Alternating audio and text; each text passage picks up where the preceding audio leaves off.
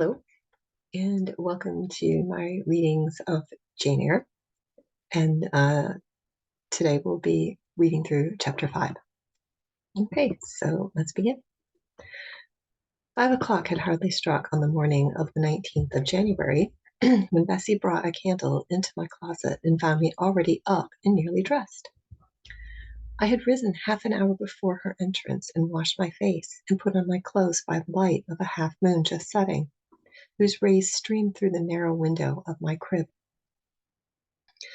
I was to leave Gateshead that day by a coach which passed the lodge gates at 6 a.m.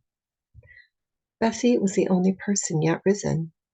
She had lit a fire in the nursery, where she now proceeded to make my breakfast. Few children can eat when excited with the thoughts of a journey, nor could I. Bessie, having pressed me in vain to take a few spoonfuls of the boiled milk and bread she had prepared for me, wrapped up some biscuits in a paper and put them into my bag. Then she helped me on with my pelisse and bonnet, and wrapping herself in a shawl, she and I left the nursery. As we passed Mrs. Reed's bedroom, she said, "Will you go and bid Mrs. Reed good-bye?" "No, Bessie. She came to my crib last night when you were gone down to supper, and said I need not disturb her in the morning, or my cousins either. And she told me to remember that she had always been my best friend, and to speak to her and be grateful to her accordingly." "What did you say, miss?" "Nothing. I covered my face with bedclothes and turned from her to the wall." "That was wrong, Miss Jane." "It was quite right, Bessie. Your missus has not been my friend. She has been my foe." "Oh, Miss Jane, don't say so." "Good-bye to Gateshead," cried I as we passed through the hall and went out to the front door.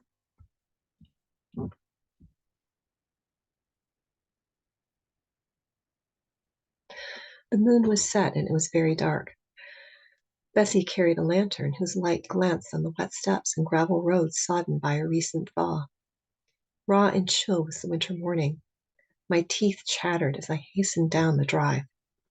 There was a light in the porter's lodge when we reached it.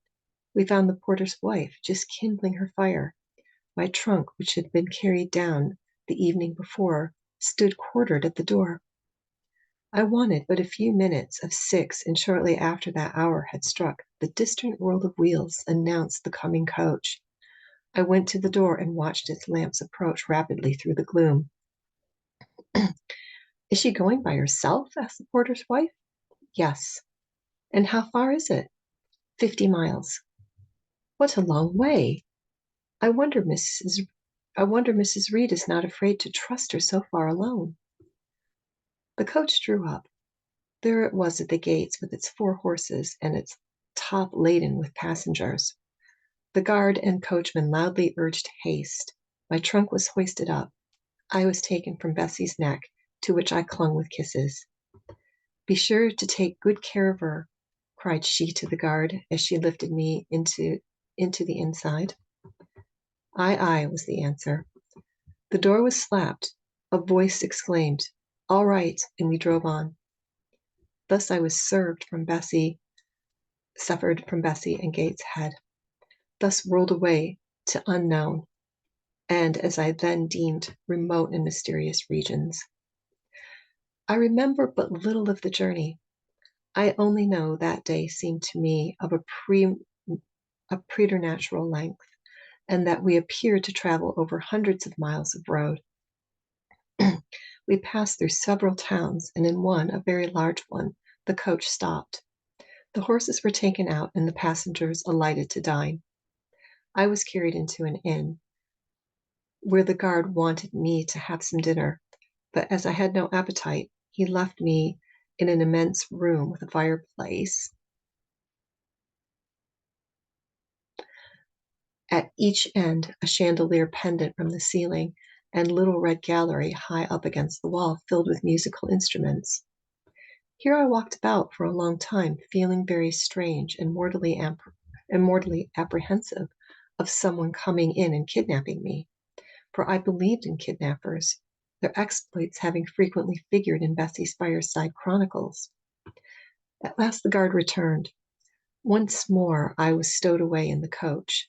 My protector mounted his own seat, sounded his hollow horn, and away we rattled over the stony street of L. The afternoon came on wet and somewhat misty. As I waned into dusk, I began to feel that we were getting very far indeed from Gateshead. We ceased to pass through towns. The country changed. The great gray hills heaved up round the horizon. As twilight deepened, we descended a valley dark with wood, and long after the night had overclouded the prospect, I heard the wild wind rushing amongst the trees. Lulled by the sound, I at last dropped asleep. I had not long slumbered when the sudden cessation of motion woke me. The coach door was opened, and a person like a servant was standing at it. I saw her face and dress by the light of the lamps. "Is there a little girl called Jane Eyre here?" she asked. I answered yes, and was then lifted out. My trunk was handed down, and the coach instantly drove away. I was stiff with long sitting and bewildered with the noise and motion of the coach. Gathering my faculties, I looked about me. Rain, wind, and darkness filled the air. Nevertheless, I dimly discerned a wall before me and a door opened in it. Through this door I passed my new guide. She shut and locked it behind her. There was now a visible house or houses, for the buildings spread far, with many windows and lights burning. In some we went up a broad pebbly path, splashing wet, and were admitted at the door. Then the servant led me through a passage into a room with a fire, where she left me alone. I stood and warmed my numbed fingers over the blaze. Then I looked round. There was no candle, but the uncertain light from the hearth showed by intervals paper walls, carpet, curtains.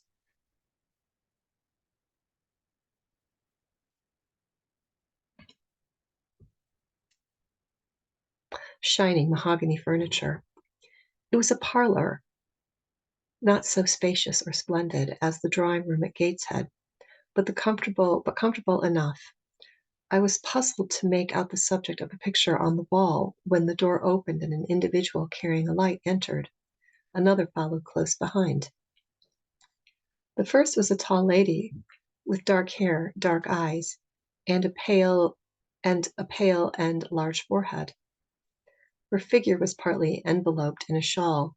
Her countenance was grave, her bearing erect. "The child is very young to be sent alone," said she, putting her candle down on the table.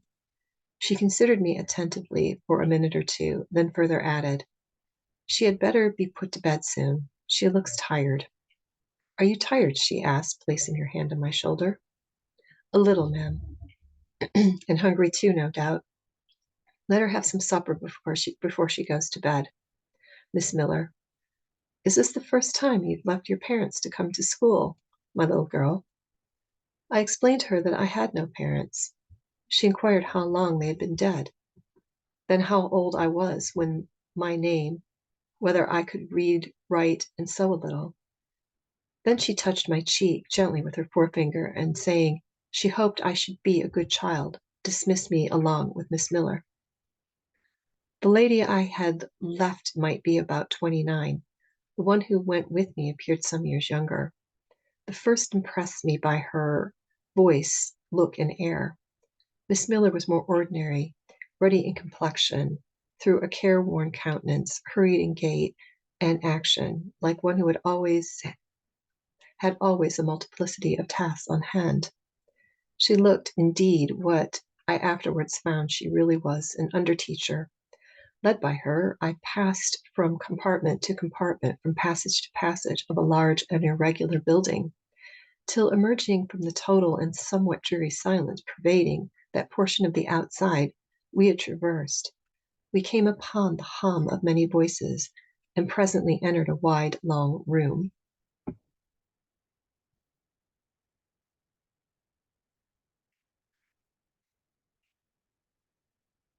With great tables, two at each end, and on each of which burnt a pair of candles, and seated all around on benches, a congregation of girls of every age, from 9 or 10 to 20.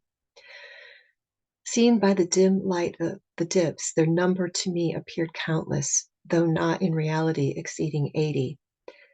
They were uniformed, dressed in brown stuff frocks of quaint fashion, and long holland pinafores. It was the hour of study. They were engaged in conning over their tomorrow task, and the hum I had heard was the combined result of their whispered repetitions. Miss Miller signed me to sit on a bench near the door. Then, walking up to the top of the long room, she cried out, "Monitors, collect the lesson books and put them away." 4 tall girls arose from different tables and going around gathered the books and removed them. Miss Miller again gave the word of command. Monitors, fetch the supper trays. The tall girls went out and returned presently, each bearing a tray with portions of something. I knew not what arranged thereon, and a pitcher of water and mug in the middle of each tray. The portions were handed out round those who liked took a draught of the water, the mug being too common to all. When it came to my turn, I drank, for I was thirsty, but I did not touch the food. Excitement and fatigue rendered me incapable of eating. I now saw, however, that it was a thin oaten cake shared into fragments. The meal over, prayers were read by Miss Miller, and the classes filed off, 2 and 2 upstairs. Overpowered by this time with weariness, I scarcely noticed what sort of a place the bedroom was, except that, like the schoolroom, I saw it was very long. Tonight I was to be Miss Miller's bedfellow. She helped me to undress. When I lay down, I glanced at the long rows of bed, each of which was quickly filled with 2 occupants. In 10 minutes, the single light was extinguished, and amidst the silence and complete darkness, I fell asleep. The night passed rapidly. I was too tired even to dream. I only once awoke to hear the wind rave in furious gusts and the rain fall in torrents, and to be sensible that Miss Miller had taken her place by my side. When I again unclosed my eyes, a loud bell was ringing. The girls were up and dressing. Day had not yet begun to dawn, and a rushlight or two burned in the room. I rose reluctantly. It was bitter cold, and I dressed as well as I could, for shivering, and washed, and then there was a basin at liberty, which did not occur soon, as there was but one basin to 6 girls, on the stands down the middle of the room. Again the bell rang. All formed in file, 2 and 2, and in that order descended the stairs and entered the cold and dimly lit schoolroom. Here prayers were read by Miss Miller. Afterward she called out, "Form classes." The great tumult succeeded for some minutes, during which Miss Miller repeatedly exclaimed, "Silence, in order." When it subsided, I saw them all drawn up in 4 semicircles before 4 chairs, placed at the 4 tables. All held books in their hands, and a great book, like the Bible, lay on each table, before a vacant seat. A pause of some seconds succeeded, filed up by the low, vague hum of numbers. Miss Miller walked from class to class, hushing this indefinite sound.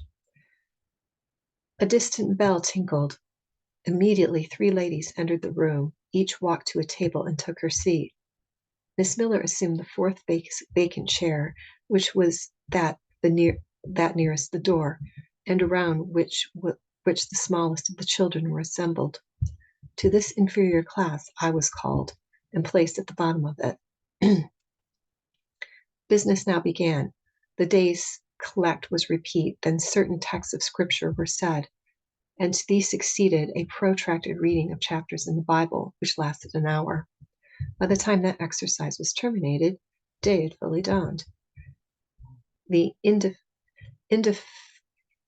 indefatigable bell was now sounded for the 4th time. The classes were marshaled and marched into another room to breakfast. How glad I was to behold the prospect of getting something to eat. I was now nearly sick from intonation, having taken so little the day before.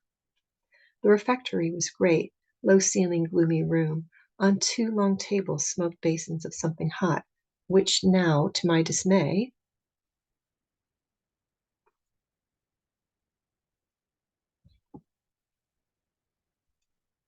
sent forth an odor far inviting. I saw a universal manifestation of discontent when the fumes of the repast met the nostrils of those destined to swallow it. From the van of the procession, the tall girls of the first class rose and whispered the words, "Disgusting! The porridge is burnt again." "Silence!" ejaculated a voice, not that of Miss Miller, but one of the upper teachers, a little and dark personage, smartly dressed, but somewhat morose aspect, who installed herself at the top of one table, while a more buxom lady presided at the other. I looked in vain for her. I had first seen the night before. She was not visible. Miss Miller occupied the foot of the table where I sat, and a strange, foreign-looking elderly lady, the French teacher, as I afterwards found, took the corresponding seat at the other board. A long grace was said and a hymn sung. Then the servant brought in some tea for the teachers, and the meal began. Ravenous and now very faint, I devoured a spoonful or two of my portion without thinking of its taste. With the first edge of hunger blunted, I perceived I had got in hand a nauseous mess. Burnt porridge is almost as bad as rotten potatoes. Famine itself soon sickened over it. The spoons were moved slowly. I saw each girl taste her food and try to swallow it, but in most cases the effort was soon relinquished. Breakfast was over, and none had breakfasted. Thanks being returned for what we had not got, and a second hymn chanted, the refectory was evacuated for the schoolroom. I was one of the last to go out, and passing the tables, I saw one teacher take a basin of the porridge and taste it. She looked at the others, and all their countenances expressed displeasure, and one of them, the stout one, whispered, "Abominable stuff, how shameful!" A quarter of an hour passed before lessons began again, during which the schoolroom was in a glorious tumult. For that space of time it seemed to be permitted to talk loud and more freely, and they used their privilege. The whole conversation ran on breakfast, which one and all abused roundly. Poor things! It was the sole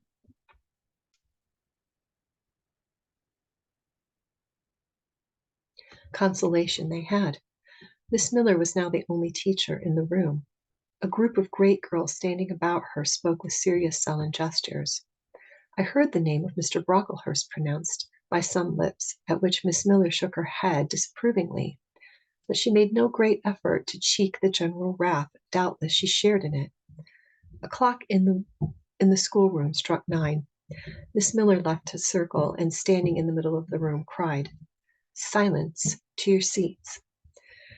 Discipline prevailed.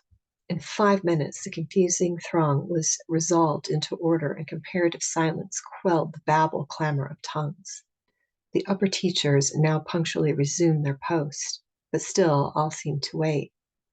Ranged on benches down the sides of the room, the 80 girls sat motionless and erect. A quaint assemblage they appeared, all with plain locks combed from their faces, not a curl visible, in brown dresses, made high and surrounded by narrow tucker about the throat, with the little pockets of holland shaped something like a Highlander's purse, tied in front of their frocks and destined to serve the purpose of a work bag. All too wearing woolen stockings and country-made shoes fastened with brass buckles. Above 20 of those clad in this costume were full-grown girls, or rather young women. It suited them ill, and gave them an air of oddity even to the prettiest. I was still looking at them, and also at intervals examining the teachers, none of whom precisely pleased me, for the stout one was a little coarse, and the dark one not a little fierce. The foreigner harsh and grotesque, and Miss Miller, poor thing, looked purple, weather-beaten, and overworked.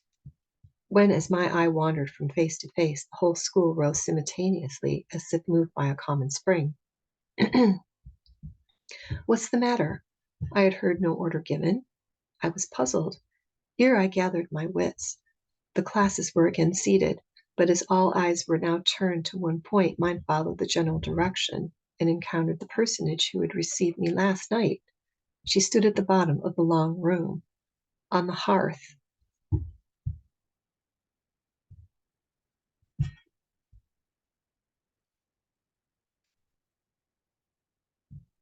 On the hearth, where there was a fire at each end, she surveyed the 2 rows of girls silently and gravely. Miss Miller, approaching, seemed to ask her a question, and having received her answer, went back to her place and said aloud, "Monitor of the first class, fetch the globes." While the direction was being executed, the lady consulted moved slowly up the room. I suppose I have considerable organ of veneration, for I retain yet the senses of admiring all with which my eyes traced her steps. Seen now in broad daylight, she looked tall, fair, and shapely, brown eyes with benignant light in their irids, and fine penciling of long lashes round relieved the whiteness of her large front. On each of her temples of hair a very dark brown was clustered round the curls, according to the fashion of those times, when neither smooth bands nor long ringlets were in vogue. Her dress was also the mode of the day, was purple cloth, relieved by short Spanish trimming of black velvet. A gold watches were not so common then as now, shone at her girdle.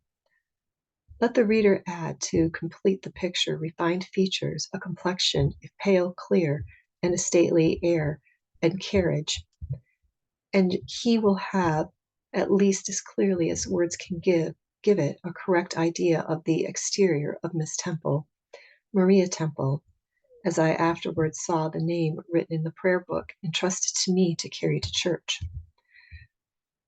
The superintendent of Lawwood, for which was this lady, having taken her seat before a pair of globes placed one on the tables, summoned the first class round her, and commenced giving a lesson on geography. The lower classes were called by the teachers. Repetitions in history, grammar, etc., went on for an hour. Writing and arithmetic succeeded, and music lessons were given by Miss Temple to some of the elder girls. The duration of each lesson was measured by the clock, which last struck 12. The superintendent rose. "I have a word to address the pupils," said she. The tumult of cessation from lessons was already breaking forth.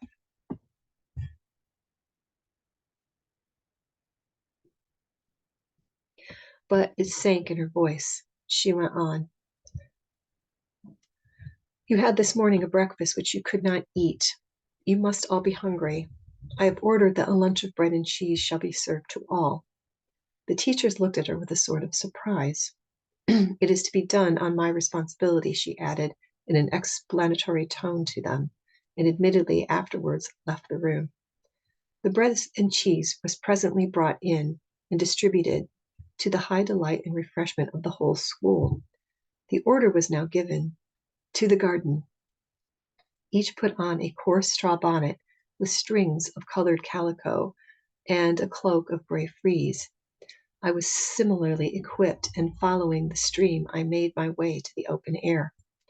The garden was on a wide enclosure, surrounded with walls so high as to exclude every glimpse of prospect.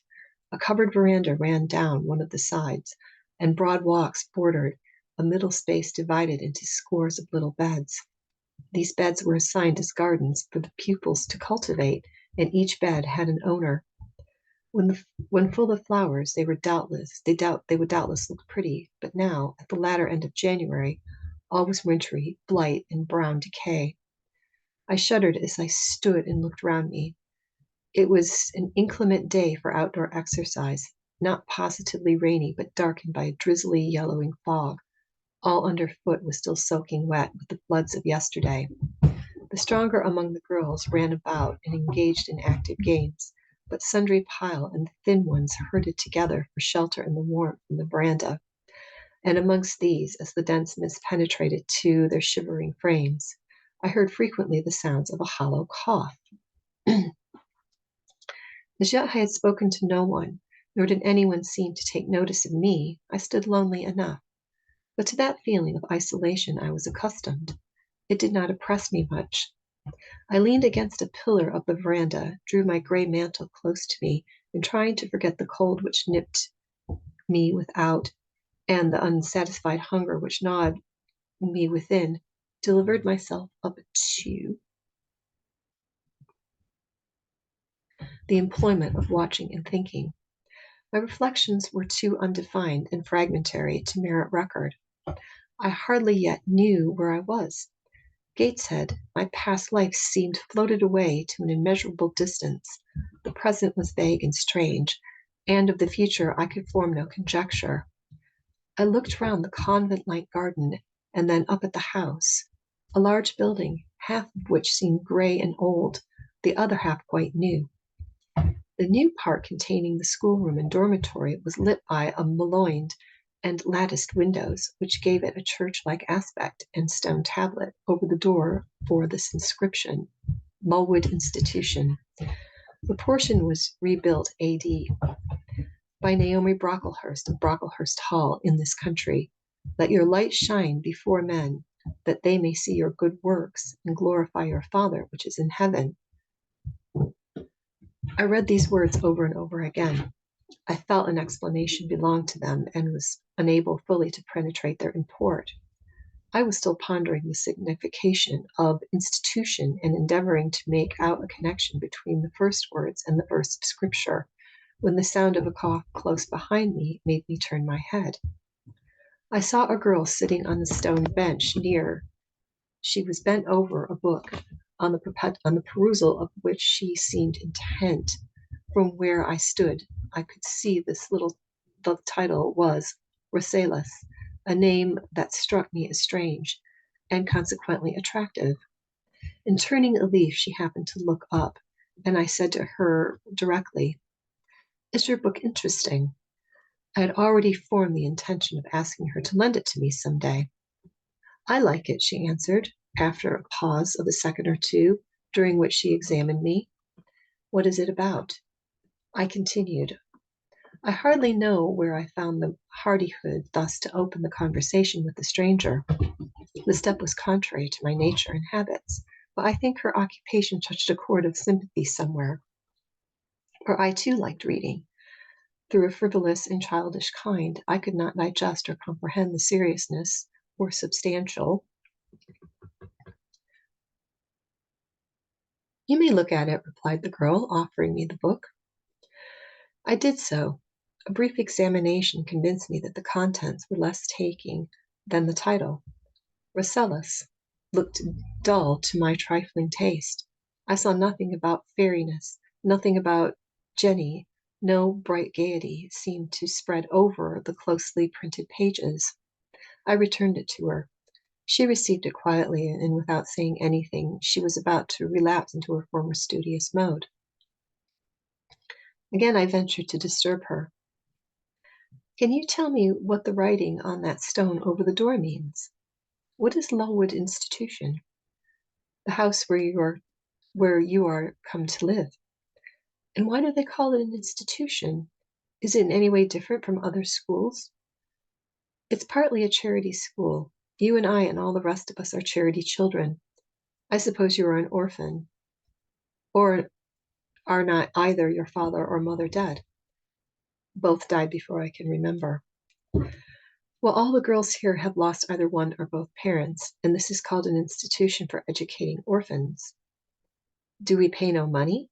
Do they keep us for nothing?" We pay our friends pay £15 a year for each." "Then why do they call us charity children?" "Because £15 is not enough for board and teaching, and the deficiency is supplied by subscription." "Who subscribes?" "Different benevolent-minded ladies and gentlemen in this neighborhood and in London."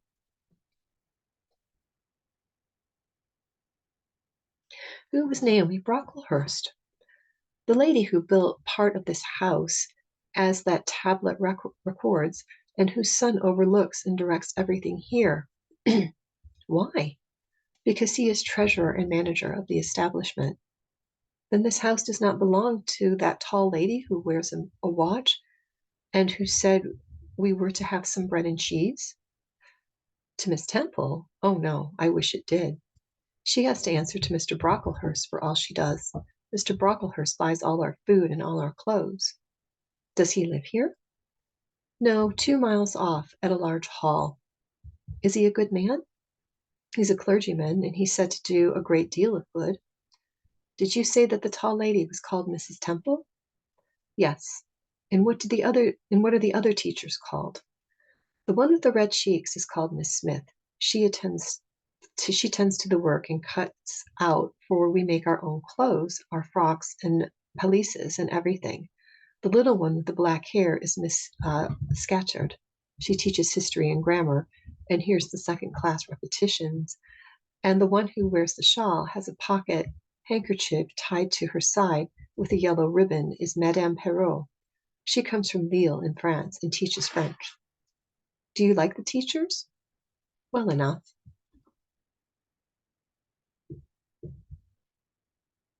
Do you like the little black one and Madame? I can't pronounce her name as you do. Miss Scatcherd is hasty. You must take care not to offend her. Madame Perrault is not a bad sort of person, but Miss Temple is the best, isn't she? Miss Temple is very good and very clever. She's above the rest because she knows far more than they do. How long have you been here? 2 years.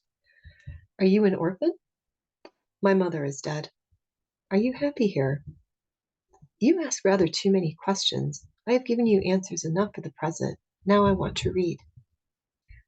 But at that moment the summons sounded for dinner. All re-entered the house. The odor which now filled the refectory was scarcely more appetizing than that which we had regaled our nostrils at breakfast. The dinner was served in two huge tin-plated vessels, whence rose a strong steam redolent of rancid fat. I found the mess to consist of different potatoes and strange shreds of rusty meat, mixed and cooked together. Of this preparation a tolerably abundant palate was apportioned to each pupil. I ate what I could and wondered within myself whether every day's fare would be like this. After dinner we immediately adjourned to the schoolroom. Lessons recommenced and we continued until 5 o'clock. The only marked event of that afternoon was that I saw the girl with whom I had conversed in the veranda dismissed in disgrace by Miss Scatcherd from a history class and sent to stand in the middle of a large schoolroom. The punishment seemed to me in high degree, and ignominious, especially for so great a girl. She looked 13 or upwards. I expected she would show signs of great distress and shame, but to my surprise she neither wept nor blushed. Composed though grave, she stood in the central mark of all eyes. How can she bear it so quietly, so firmly? I asked of myself. Were I in her place, it seems to me I should wish the earth to open up and swallow me up. She looks as if she were thinking of something beyond her punishment, beyond her situation, of something not round here now, before her. I've heard of the daydreams. Is she in daydream now? Her eyes are fixed on the floor, but I am sure they do not see it. Her sight seems turned in, gone down into her heart. She's looking at what she can remember, I believe, not at what is really present. I wonder what sort of girl she is, whether good or naughty. Soon after 5 p.m. we had another meal consisting of a small mug of coffee and a half slice of brown bread. I devoured my bread and drank my coffee with relish, but I should have been glad of as much more. I was still hungry. Half an hour's recreation succeeded, then study, then a glass of water and a piece of oat cake, prayers in bed. Such was my first day at Lulwood. Okay, so I think that chapter is pretty self-explanatory. She leaves Gateshead Hall. She goes off to Lulwood. It's quite a rigorous institution. She realizes that she's not sent to some posh boarding school. She's sent to basically a school for orphans that's funded by the church and benefactors. And she meets her friend. Okay, so I hope everybody is enjoying these, and I will be back soon with chapter 6.